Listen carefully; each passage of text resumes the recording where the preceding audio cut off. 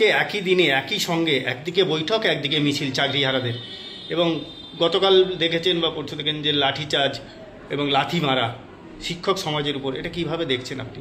দেখুন, ব্যাপারটা হচ্ছে রাজ্য সরকারের ব্যর্থতার জন্যই যারা আজকে যোগ্য তারাও আজকে চাকরিচ্যুত হলো।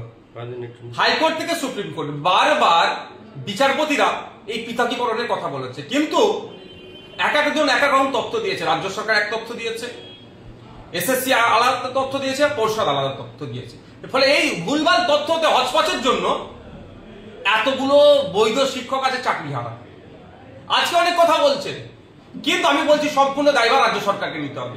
সহজ জিনিস ছিল ভাই, কারা অবৈধ পন্থা অবলম্বন করে চাকরি পেয়েছে তাদের লিস্টটা দিয়ে দিলে তাদেরকে বাতিল করে দাও, আর যারা বৈধ পন্থা অবলম্বন করে মেধার ভিত্তিতে চাকরি পেয়েছে তারা চাকরিতে বহাল থাকতো। সেইগুলো তো এই কটা বছর ধরে করতে পারলো না। এখন রাজ্য সরকার অনেক বড় বড় কথা বলছেন, অনেক প্রতিশ্রুতি দিচ্ছেন, প্রতিশ্রুতির অন্তঃসার শূন্যই মনে করি। তার কয়েকদিনের মধ্যেই যখন কসবাই বা বিভিন্ন জায়গায় ডিআই অফিসে যখন এই বিষয়টা নিয়ে জানাতে যাচ্ছে, তাদের উপরে যেভাবে পুলিশ আক্রমণ নামিয়ে আনলো, একটা সুস্থ সমাজে এটা কোনোভাবেই কাঙ্ক্ষিত নয়। আরে এটা ভারতবর্ষ গণতান্ত্রিক রাষ্ট্র, এখানে ক্রিমিনালদের সাথেও যে এই আচরণ করা যায় না। এখানে জেল বলে আইন না, এখানে সংশোধনাগার বলা হচ্ছে।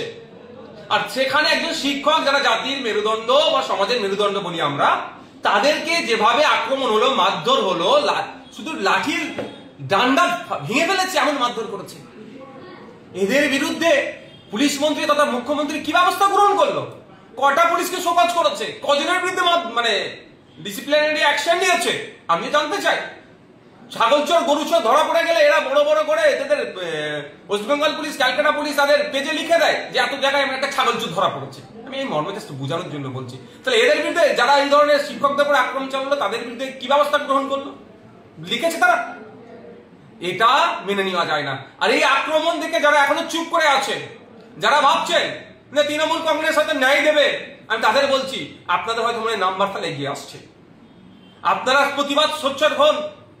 যারা এই শিক্ষকদের উপরে আক্রমণ শুধু নয়, যারা শান্তিপূর্ণ কোনো মিছিলের ওপরে যে এই ধরনের বিভিন্ন জায়গায় পুলিশ আক্রমণ করে, এর বিরুদ্ধে আপনারা সোচ্চার হন। না হলে আগামী দিনে আপনার নাম্বার আসছে, দেখবেন আপনার অন্যায় নয়, আপনার উপরে আবার পুলিশ আক্রমণ হবে। দেখতে পাচ্ছি তো, গাড়ি যাচ্ছে, সব কাগজপত্র ঠিক আছে, এত টাকা দিতে হবে, না দিলে মারধর করছে, আটকে রাখছে গাড়ি। এই ধরনের অহরহ ঘটনা ঘটছে। তাহলে আমাদেরকে সমাজের সকল স্তরের মানুষকে আসতে হবে, পুলিশটা কি জিনিস। পুলিশকে আমরা মাইনে দিয়ে রেখেছি, আমাদের ট্যাক্সের টাকা দিয়ে রেখেছি, সাথে শান্তি শৃঙ্খলটা তারা বজায় রাখতে পারে। ডিসিপ্লিন, ট্রাফিক থেকে শুরু করে এই বিষয়টা যেন তারা ঠিকঠাক দেখে। তারা আমাদের উপরে চড়ে বসছে, তারা আমাদের উপরে লাঠিচার্জ করছে, তারা আমাদেরকে আক্রমণ করছে, আমাদের নামে মিথ্যা মামলা দিচ্ছে। আমি ধরে নিচ্ছি ওখানে কিছু দু একজন টিচার হয়তো অন্যায় করেছে, আমি ধরে নিলাম, করেনি, তারপরে আমি বলছি তাহলে কি উচিত ছিল? ওই টিচারদের বিরুদ্ধে চিহ্নিত করে আইনত ব্যবস্থা নিয়ম, তা না করে সমস্ত টিচারদের উপর আক্রমণ। এবার যদি আমি উল্টো কথা বলি, ওরা যে আমাদের দেখি তো পুলিশ অন্যায় করে, তাই কি সমস্ত পুলিশকে পাবলিক ধরে পিটাবে? এটা মেনে নেওয়া যাবে? সুষ্ঠু সমাজকে মান্যতা দেবে?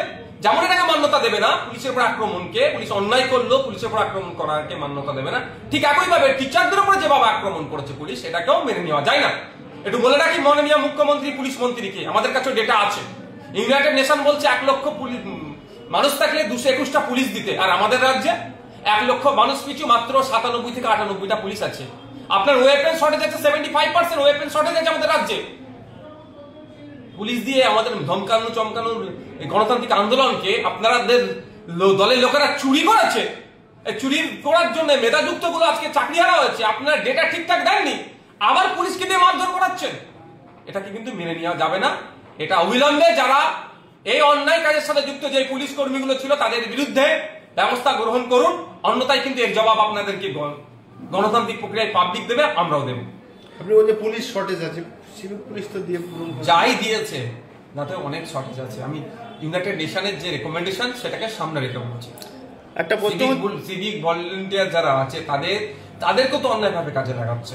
তা সিভিক ভলেন্টিয়ারদেরকে এরকম ল অ্যান্ড অর্ডার দেখার কোনো কাজে লাগানোর নিয়ম নাই। আজকে সিভিক ভলেন্টিয়ার দিয়ে করাচ্ছে, যখন ফেসে যাচ্ছে কারা হচ্ছে সিভিক ভলেন্টিয়ার গুলো। কদিন আগে দেখলেন না, বারাসাতে লরি দান করিয়ে টাকা তুলছিল। সিভিক ভলেন্টিয়ারদের ক্ষমতা আছে লরি দান করিয়ে টাকা নেওয়ার, তাদের ঊর্ধ্বতন অফিসার গুলো যদি না বলে। কিন্তু ছবি কার আসলো? সিভিক ভলেন্টিয়ারের। বলি বাঁকড়া কে হলো? Civic volunteer. সিভিক ভলেন্টিয়ারদের বলবো, আপনাদের কিন্তু ল অ্যান্ড অর্ডার দেখার দায়িত্ব নয়, হাইকোর্ট বারবার কথা নির্দেশ দিয়েছে। সুতরাং আপনারা যদি ওখানে গিয়ে হইয়াই করে, পার্টিকুলার আপনাদের দেখে দেখে কিন্তু আগামী দিনে মামলা হবে, আপনাদের নাম ধরে ধরে হবে, আপনাদের তো দপ্তর কিন্তু আপনাদের বাঁচাতে পারবে না। সুতরাং মাইনে কম দিচ্ছে, মাইনে বাড়ানোর জন্য কেউ বলছে না, আমি বলছি যেমন মাইনে বাড়ানোর জন্য 1000 টাকা বেড়েছে, 1000 টাকা বাড়লে হবে না, সমকাজে সমবেতন দিতে হবে। এক একটা সিভিক ভলেন্টিয়ার কনস্টেবলের থেকে কোনো অংশে কাজ কম করছে না, তাহলে কনস্টেবলের মতো কেন মাইনে পাবে না? 2019 সালে সমকাজে সমবেতনের মতো সিভিক ভলেন্টিয়ারদের মাইনের দাবি করছি, যেমন সাথে সাথে সতর্ক করে দিচ্ছি সিভিক ভলেন্টিয়ারদেরকে, যদি আপনারা এই ল অ্যান্ড অর্ডার দেখার কাজে যান, আপনাদের কিন্তু চিহ্নিত করে করে মামলা হবে। এই যে আমরা সুন্দরবন থেকে আসছি, সেই জায়গা থেকে যখনই রাস্তা দেখছি প্রত্যেকটা জায়গায় কিন্তু সিভিক ভলেন্টিয়ারের রাস্তা গাড়িগুলোকে আটকাচ্ছে, গাড়িগুলোকে কাগজপত্র চেক। যদি সিভিক ভলেন্টিয়ার করে আপনি তাদের ভিডিও করুন আর বলুন আপনার রাইট নাই, ইভেন কনস্টেবলও রাইট নাই, এএসআই থেকে ওপর থেকে যারা আছে তারাই সব কাগজপত্র চেক তারা করতে পারবে, তার নিচে কেউ দেখতে পারে না। আপনার ডাইরেক্ট বলবেন আপনার অর্ডার আছে, আপনার রাইট আছে, আপনি আমার কাগজ চেক করার, অর্ডারটা দেখান, ডাইরেক্ট আপনি চেক করবেন। মুখ্যমন্ত্রী কি বলবেন? মুখ্যমন্ত্রী মাননীয় মমতা ব্যানার্জি মহাশয় কদিন আগেই দেখলাম একটা ধর্মের অনুষ্ঠানে গিয়ে সেখানে সংখ্যালঘু মুসলিমদেরকে আশ্বস্ত করেছেন। তিনি নাকি বলেছেন এই মর্মে, সংবাদ মাধ্যমে দেখলাম আমি, যে মুসলিমরা চিন্তিত হবেন না, এই রাজ্য নাকি এই অ্যাক্ট আইনকে লাগু হতে দেবে না। তো ওই রকম ভাবে মুখে বলে দিলে তো হয় না, তার জন্য কিছু স্পেসিফিক ব্যবস্থা গ্রহণ করতে হয়। আর এই মর্মে আমি মুখ্যমন্ত্রীকে একটা চিঠি করে জানিয়েছি, তাকে আমি অনুরোধ করেছি, তাকে সাজেস্ট করেছি 3টে কাজ করার জন্য। অনেক কাজে 3টে প্রথম বলেছি। প্রথম হচ্ছে, চিঠির আগে বলি, তিনি বলছেন লাগু হতে দেবে না, কিন্তু তার দলের একাধিক এমপি অনুপস্থিত ছিলেন, তাদের বিরুদ্ধে কি ব্যবস্থা গ্রহণ করছে আগে দেখবো, তারপরে ভাববো উনি সত্যি সিরিয়াস নিচ্ছেন ম্যাটারটা। আর যারা উপস্থিত হয়েছেন তারা কাকে ভোট দিয়েছে সেটাও পাবলিক ডোমিনে নিয়ে আসা হোক। বিজেপির পক্ষে ভোট দিল না বিজেপির বিপক্ষে ভোট দিল, কারণ লোকসভা রাজ্যসভা মিলিয়ে 42টি এমপি আছে, একাধিক এমপি উপস্থিত ছিলেন না, তাদের বিরুদ্ধে কি ব্যবস্থা গ্রহণ করছেন সেটা যেমন দেখতে চাই, যারা ভোট দিয়েছেন কোন দিকে ভোটটা দিয়েছেন সেটা পাবলিক ডোমিনে আনা হোক। তারপর আমি 3টে মর্মে ওনাকে চিঠি করেছি। প্রথম হচ্ছে বিধানসভায় বিল, এই যে ওয়াকফ অ্যামেন্ডমেন্ট অ্যাক্ট, যে নতুন অ্যাক্ট হয়েছে 2025-এ যে আইন হচ্ছে, এই আইনটা আমাদের রাজ্যে আমরা বাস্তবায়ন হতে দেব না, করবো না, এই মর্মে তো উনি পাবলিক ডোমিনে বলছেন, এই কথাটাই বিধানসভায় একটা রেজুলেশন পাস করানো হোক, এই মর্মে আমি চিঠি করেছি মুখ্যমন্ত্রীকে। আমি চিঠি করেছি মুখ্যমন্ত্রী আমাদের রাজ্যের প্রধান, রাজ্যের পক্ষ থেকে একটা সুপ্রিম কোর্টে মামলা করুক, যে এই সারা দেশের জন্য উনি মামলা করুক, যেমন আমরা করছি, যে উনি এই পার্টি হোক একটা মামলাতে, যে এই যে অসাংবিধানিক অগণতান্ত্রিক যে ওয়াকফ অ্যামেন্ডমেন্ট থেকে ওয়াকফ অ্যাক্ট হয়েছে, একে প্রত্যাহার করার জন্য। 3 নম্বর, লোকসভা রাজ্যসভা মিলিয়ে 42টি এমপি আছে এবং আমাদের রাজ্যে 200-র অধিক এমএলএ আছে, সমস্ত এমপি এমএলএদেরকে নির্দেশনা দিক, তারা ইন্ডিভিজুয়ালি একে একে তারা আলাদা আলাদা করে মামলা করুক। এই 3টে মর্মে আমি আমাদের রাজ্যের মুখ্যমন্ত্রী মাননীয় মমতা ব্যানার্জি মহাশয়কে আমি চিঠি করেছি। আশা করছি তিনি সংখ্যালঘুদেরকে শুধুমাত্র মুখে বলবেন না, বাস্তবে তিনি সংখ্যালঘুদের পাশে থাকবেন, বিধানসভায় রেজুলেশন পাস করাবেন এই আইনের বিরুদ্ধে, তিনি নিজে সুপ্রিম কোর্টে যাবেন রাজ্যের পক্ষ থেকে, মানে রাজ্য যাবে সুপ্রিম কোর্টে। 3 নম্বর হচ্ছে তার এমপি এমএলএদেরকে আপনার প্রত্যেককে, হ্যাঁ কয়েকজন বিক্ষিপ্ত ভাবে এমপি এমএলএ মামলা করছে শুনছি, কিন্তু প্রত্যেককে করতে হবে।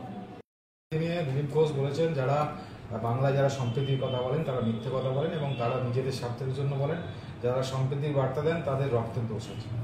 বাংলার কথা বাদ দিলাম, কদিন আগেই মুসলিম ধর্মের ধর্মীয় অনুষ্ঠান পবিত্র ঈদ উল ফিতর গিয়েছে, যে বাংলাদেশে দিলীপ ঘোষদের ভাষায় হিন্দুদেরকে নাকি কেন অত্যাচার হচ্ছে, মেরে ফেলছে, কেটে ফেলছে, দিলীপ ঘোষদের ভাষায়, শুভেন্দু অধিকারীদের ভাষায়, সেই বাংলাদেশের ইন্টেরিয়াম গভর্নমেন্টের যিনি চিফ আছেন ডক্টর ইউনিস সাহেবকে ঈদের শুভেচ্ছা দিয়ে সম্প্রীতি তিনি বার্তা পাঠিয়েছেন কে? আমাদের দেশের প্রধানমন্ত্রী তথা বিজেপির একজন অন্যতম শীর্ষ নেতৃত্ব।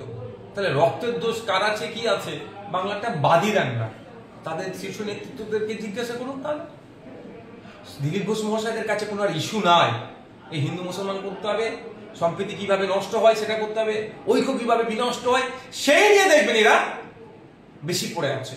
কিন্তু এরা দীর্ঘদিন ধরে এমপি আছেন, এমএলএ আছেন, কেন্দ্রীয় রাজ্য সরকার দিচ্ছে না ডেভেলপমেন্টের জন্য, সেটা আমিও সাফার করছি, আমিও প্রতিবাদ করছি, কিন্তু আমার সাথে তার কেন্দ্র সরকার নয়, আমার দলের তো কেন্দ্র সরকার চলছে না, এদের দলের দিলীপ ঘোষদের দলের কেন্দ্র সরকার চলছে।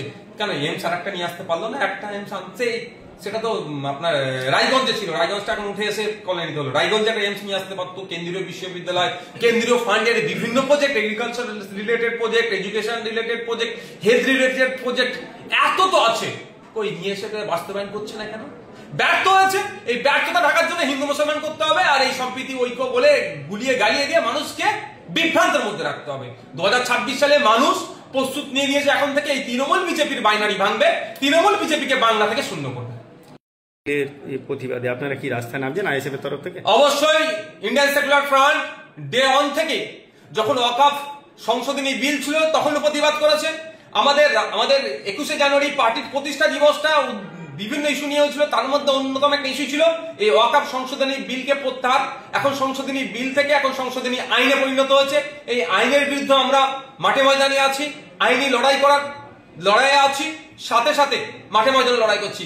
আগামী 14 তারিখে অর্থাৎ আগামী সোমবার কলকাতার শিয়ালদা থেকে বাবা সাহেব আম্বেদকর স্ট্যাচু পর্যন্ত, ধর্মতলার পথে বাবা সাহেব আম্বেদকর স্ট্যাচু পর্যন্ত আমাদের একটা ওয়াকফ আইন প্রত্যাহারের জন্য একটা মহামিছিল হবে। বাবা সাহেব আম্বেদকরের জন্মদিনটাকে আমরা এই জন্যই বেছে নিলাম, বাবা সাহেব আম্বেদকর আর সংবিধান আমরা আলাদা করতে পারি না।